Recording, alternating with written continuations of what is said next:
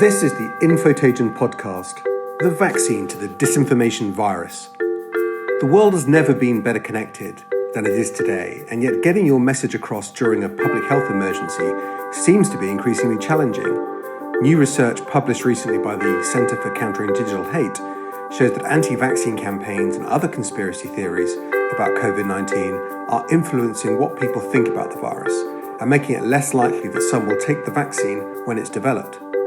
I'm Damian and I'll be discussing these and other issues with John Borthwick, the CEO of BetaWorks, and who for the last 2 decades has been an entrepreneur and early-stage investor in New York technology, working with companies including Twitter and Giphy. He also chairs the COVID-19 Tech Task Force in America. John, it's great to have you on the Infotagion podcast. It's over 2 years since we first met at your offices in New York when I was there with the DCMS Select Committee for our investigation into disinformation and fake news. And you said something in that meeting that I particularly remembered. And I think it's been a theme of a number of the podcasts that we've had with Infotagion. And that's when we talk about the data that's gathered about people, what they're interested in, and how that can be used. We sometimes talk about that in the context of, well, how can we be more effective at dealing with medical conspiracy theories, disinformation, harmful content, and so on. And I remember what you said in the meeting is that the technology that is used to gather data to run ads can be used to do all sorts of things, not just target advertising at people. And I think that's absolutely true. And I think for me, that's why a lot of the things we've been talking about in this podcast are about disinformation as both a content problem, something bad that we should identify and warn people about. But there's also a data side to disinformation as well, which is about how it spreads through the web. And I think that's an area where the tech companies do have some responsibility, because it's their tools that are amplifying and manipulating that content and getting it in front of other users. And I'd really welcome your thoughts on this and what we can do about it. Yeah, so nice to see you again. I think that I think about this a few ways. So in my day job at BetaWorks, I do a lot of work with startups, and we were very involved in the early days with Twitter, Tumblr, sold a few companies to Facebook. So we sort of know this social web pretty well. And then in the last couple of months, I've been running this COVID Tech Task Force here in the US. And so I've been thinking about disinformation in the context of COVID. And what's happening now. And I think that to go to the heart of your question, Damian, is since I saw you a couple of years ago, is that what we've seen state actors, non-state actors, individuals weaponize these tools and figure out how to spread disinformation at scale. So much so that today I think we're sort of living in this hazy hall of mirrors where we don't really know what is real. Right. There was a post I saw this morning, with seemingly benign post. Somebody sent me of a flood of water in the Lincoln Tunnel.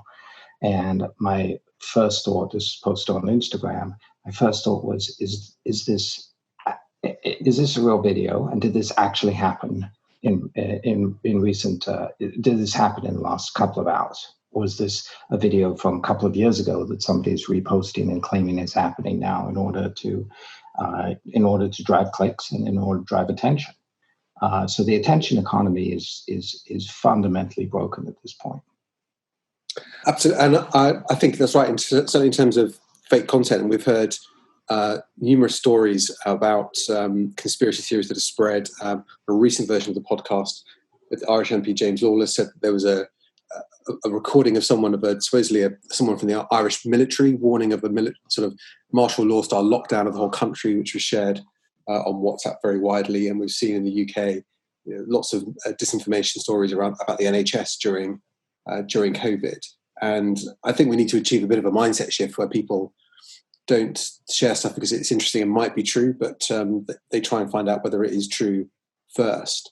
But I mean, I think the really complicated thing here is that we're seeing the development of entirely, we talk about this as disinformation and fake news, and we think about it as single pieces, right? So a single thing about something happening in Ireland.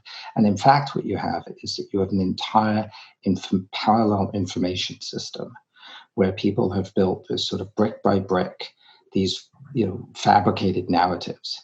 And then you slot in that last brick, like there's a state, takeover that's underway. And you and I look at it and just look at the brick, and they're looking at the whole wall.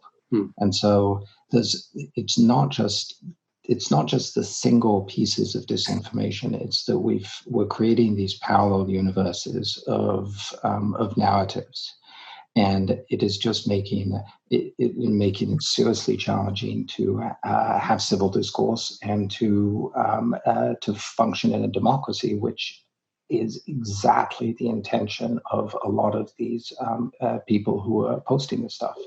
Absolutely. To create anarchy or to create chaos. Absolutely. I mean, Mark Zuckerberg has found himself in the sort of eye of the storm on this now, I think, particularly with advertisers and other organizations saying that they need to do more to act against hate speech and harmful content. Do you think they know what to do? I mean, do you think they are objecting because of their philosophical objections, or because they're not entirely certain how to sort of fix the monster they've helped create? Yeah, so I think it's a bit of all of the above. I mean, I think that these people are first and foremost, they're mostly well-intentioned people who are just trying to build their business, and that they've built this monster, right? And that they don't really know what to do. I also think that the fundamental monetization, or the link to the attention economy, is sort of the one of the vectors that is fundamentally broken. So it's like everything you try and do in the context of some of these platforms is you're just like it's a trade-off between monetization and truth and civil discourse, and that is not a healthy place to be. So I think that these companies are fundamentally are conflicted at the core. I also think that we as users have given them just a incredible amount of latitude, right? And so in terms of trust, in terms of use of their products, in terms of our use of our data, we've just handed over to them, sort of like let them into the home and, turned our Alexa devices on and said, listen away, we trust you. And so I think that there's a lot on us. And then I think governments have also, turned a blind eye to this because it's been a primary area of growth, because frankly, I don't think most people in government have understood this, right? And if we look what's happening now with COVID tech, there are ample examples of people in government just not understanding what's happening. And because it feels like a good growth story. I'm just going to hype some tech and just get behind some tech, and it will sort itself out. And I think that that's now people in my industry call this a tech backlash. I don't see it as a tech backlash at all, because that implies there's going to be a swing back, right? It's a swing of the pendulum. I don't see it as that. I see it as the maturity of tech, and tech has to, like the chemical industry in the 50s, has to just grow up and figure out how to, it's going to be regulated, and it has to figure out how to both stand up to its responsibilities, but also integrate itself into public health, into all of the industries that it's upending in a functional way that actually gets us to a future we want to live in.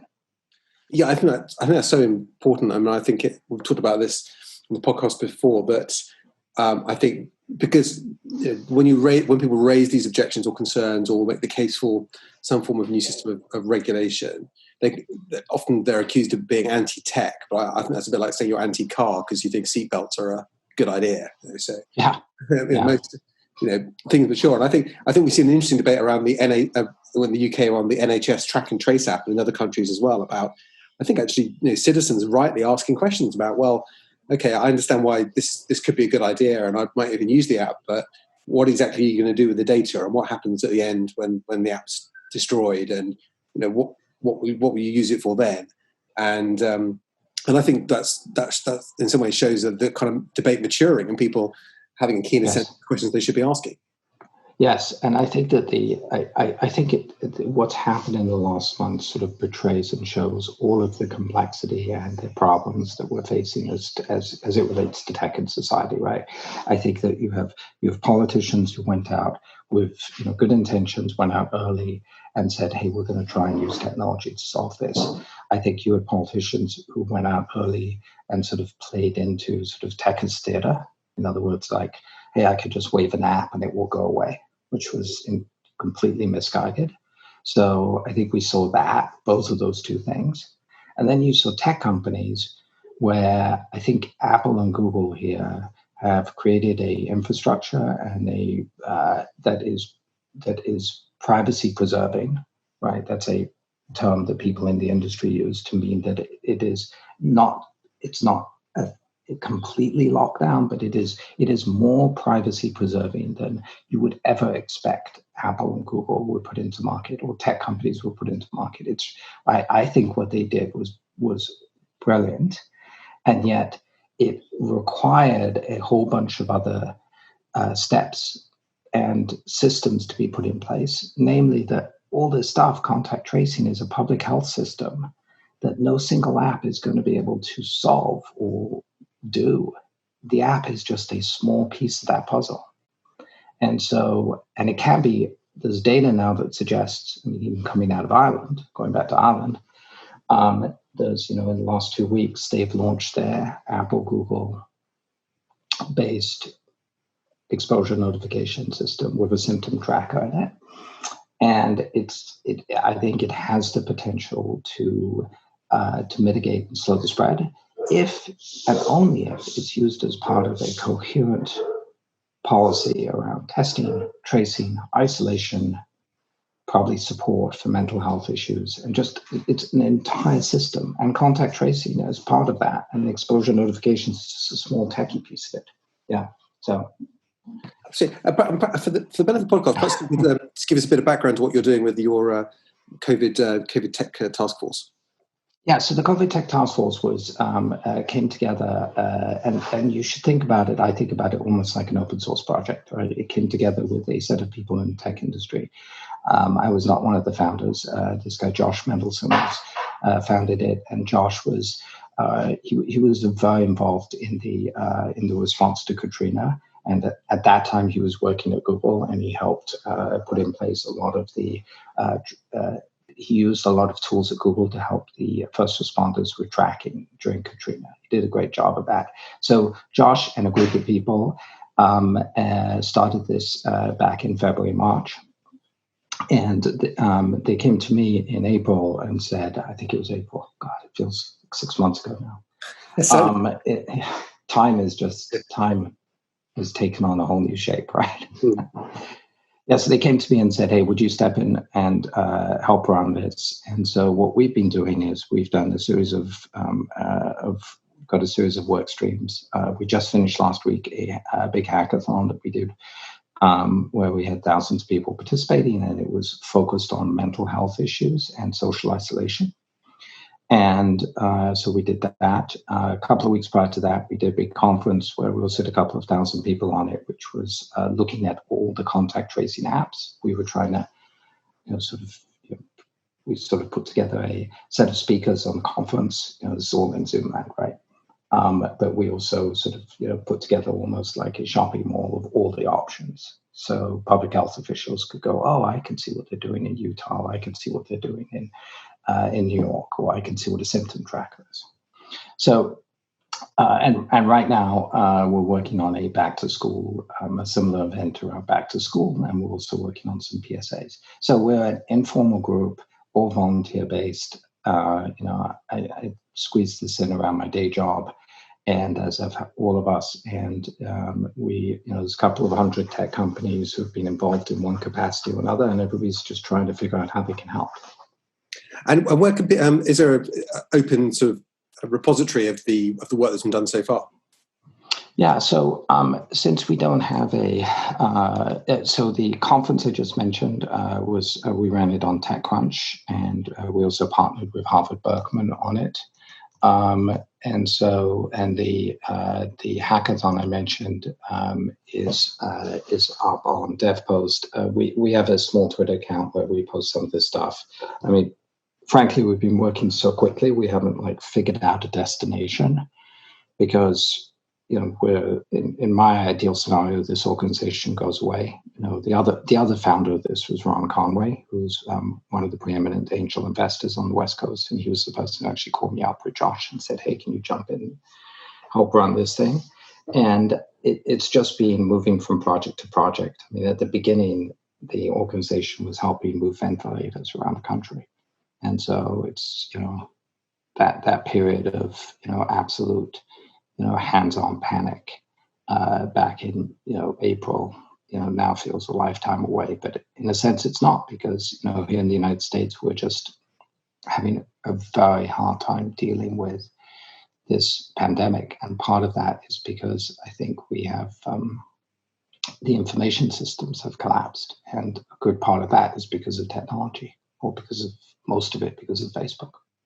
Yeah, I mean, do you mean that by information systems collapsing, do you mean that the people's ability to access reliable information is compromised by the sort of the fake news networks that run through social media and leave people not knowing what to believe? So I mean something different, but what you just said is the case also.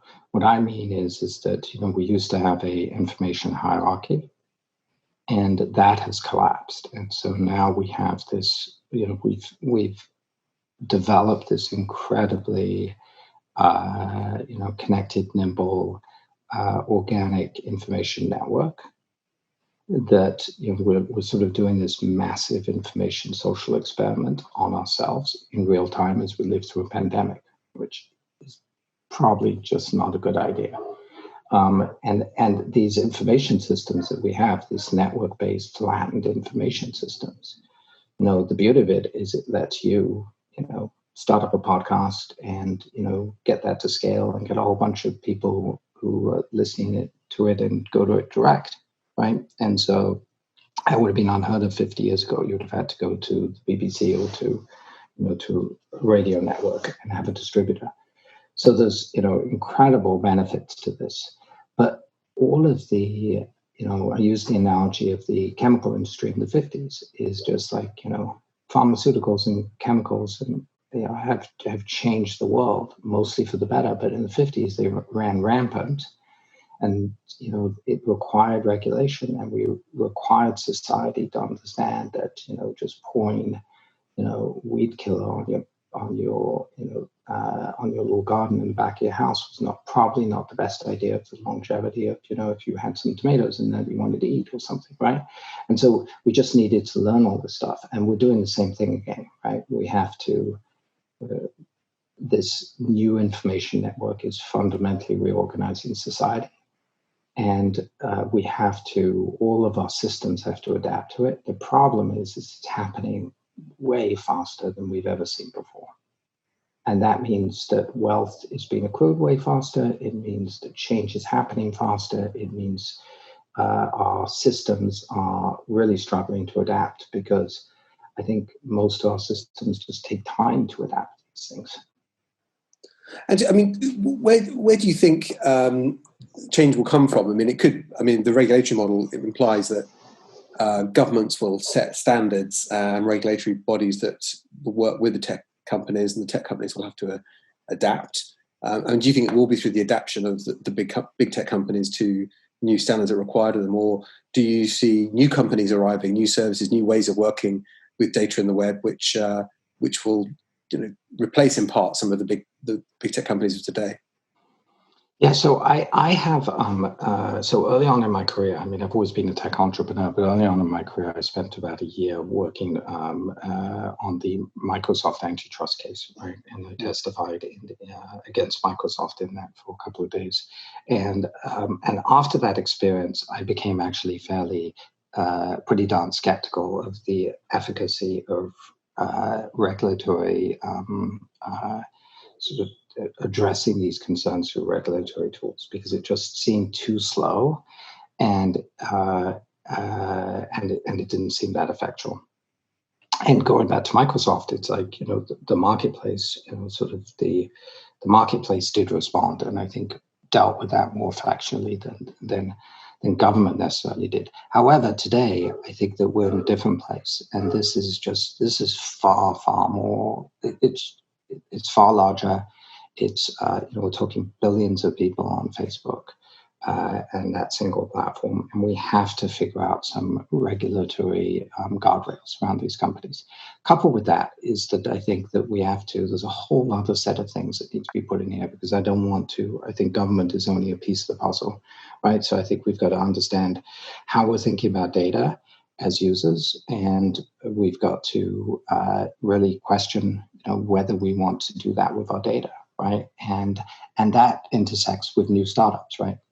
So we have a program which we're running right now at BetaWorks called Beta Lab, where we are funding new startups that are using new models around privacy and data, doing disinformation tracking and these tools. Right, going back to that incident this morning, Damian, where somebody sent me this video and I was like, is this real?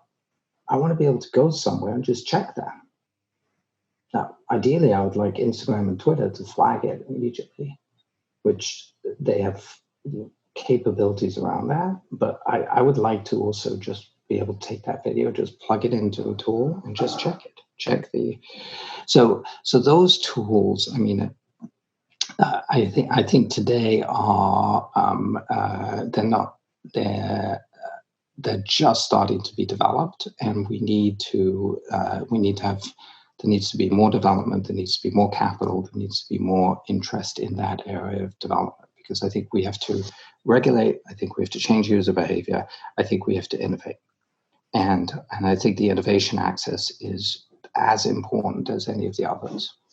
I think that's really important, because I've found as a politician, questioning big tech companies in hearings, you can identify the problem, but what you're trying to find out is there a solution to that problem? Often the big tech companies are not very keen to volunteer whether they believe there is a solution to the problem if it's not a problem they necessarily want to fix unless they're made to. And so it's always really helpful when other companies come along and say, well, no, actually, there is a way you could fix that. There's a way you could deal with that problem, and we've got the technology to do it. And that sort of innovation, I think, is a great way of demonstrating what's possible, and makes it also possible then for governments to challenge the big tech companies and say, well, look, you can see it can be done, so why don't you do it? Right.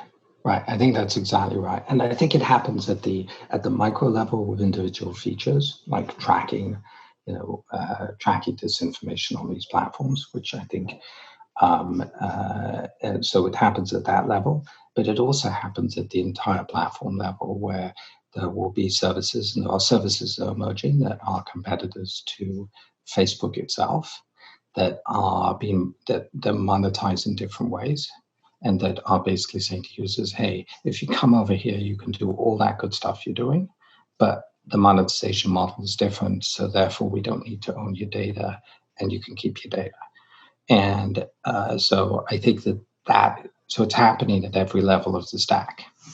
But the speed at which this is both developing and unraveling is it's astounding. And as we get to if we get to a vaccine, right, which all of us, I think, are looking at and saying, okay, that is the sort of, that's the point at which we can get back to a normal functioning society.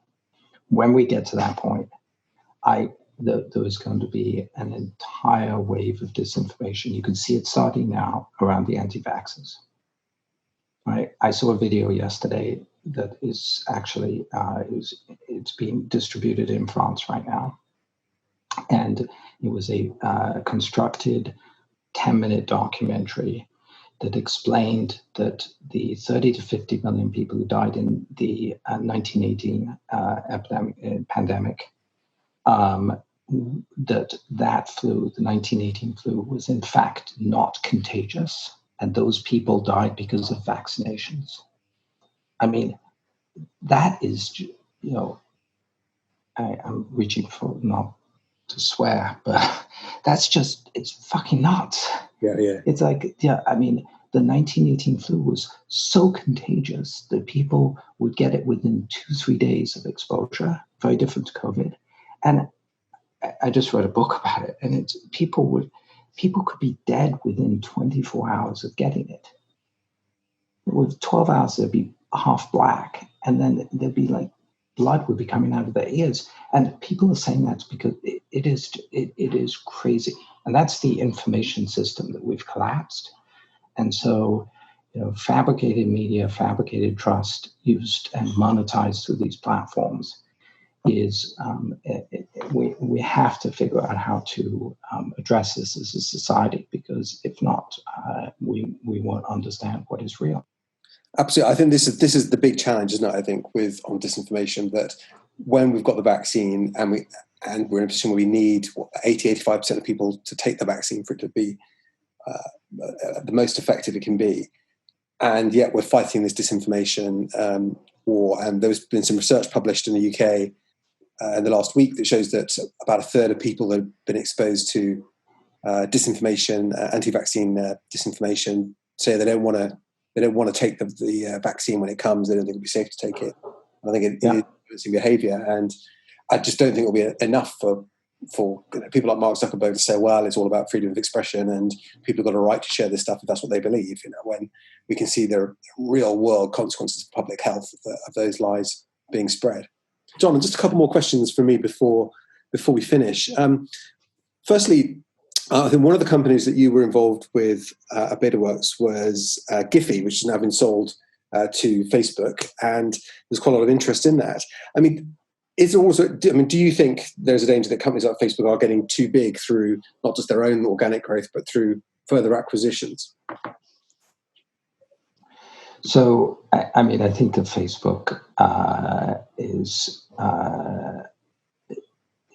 I described the reach. It's astounding how effective this company has been at growth, and much of that growth has come through acquisitions. The major acquisitions that Facebook has made that really matter are the ones that have developed completely new destination apps with new graphs of people that they wouldn't have touched otherwise. In other words, Instagram or WhatsApp. And Giphy, Giphy was acquired a couple of months ago. It was actually acquired by Instagram.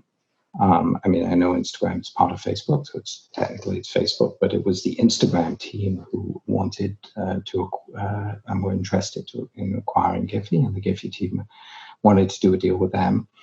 And the rationale behind it was fairly simple, which is that Giphy delivers GIFs, but also stickers, and it had become in the last 2 years huge within Instagram. And so it was almost like it was becoming a feature within Instagram, because users were using so many GIFs and so many stickers to Instagram. And so they just became such a large partner that it made sense for it to, as a feature, to become part of the company. Yeah. Okay. And are you just on a sort of final note? Are there any? I don't know if you're able to talk about them, but from what you've been doing recently and looking at some of the challenges we've discussed on the podcast, are there things that give you hope? Are there things you've seen that you think are exciting and could really play a role in solving some of these problems, particularly around disinformation that we've talked about? Yeah, I do. I think that there's technologies which we're starting to see that are allowing people, users, brands, advertisers, platforms to be able to identify manipulated videos, manipulated audios, streams. And so there's companies around that I'm very interested in and very excited by. So I would put that into the sort of area of tracking and detection. I would say that there's alternative social networks that we talked about a few minutes ago that are starting to pop up. I would also say that there are privacy tools and also privacy. The world of privacy and data, I believe, is going through a sort of step function change right now, where there are tools out there that, and tools is the wrong word, there are methodologies that are being developed mostly within research, but some of them have been rolled out at scale, that actually let you take massive data sets and anonymize them and make sure that an individual cannot be identified within that data set. Because it turned out that the one of the assumptions of privacy in data sets has been that if you have a large enough data set and that you don't have personally identifiable information in that data set, I don't know who Damian is. Damian's in the data set. I've got his behavior in there, but I don't know who he is. And so therefore you're anonymous. Well, it turns out that is false. And it's been demonstrated by Facebook in spades, and then by other companies and other researchers. It's false because I can take another data set where I do have Damian's name, and I can compare it to the former data set, and I can find Damian in that by cross-correlating your behavior.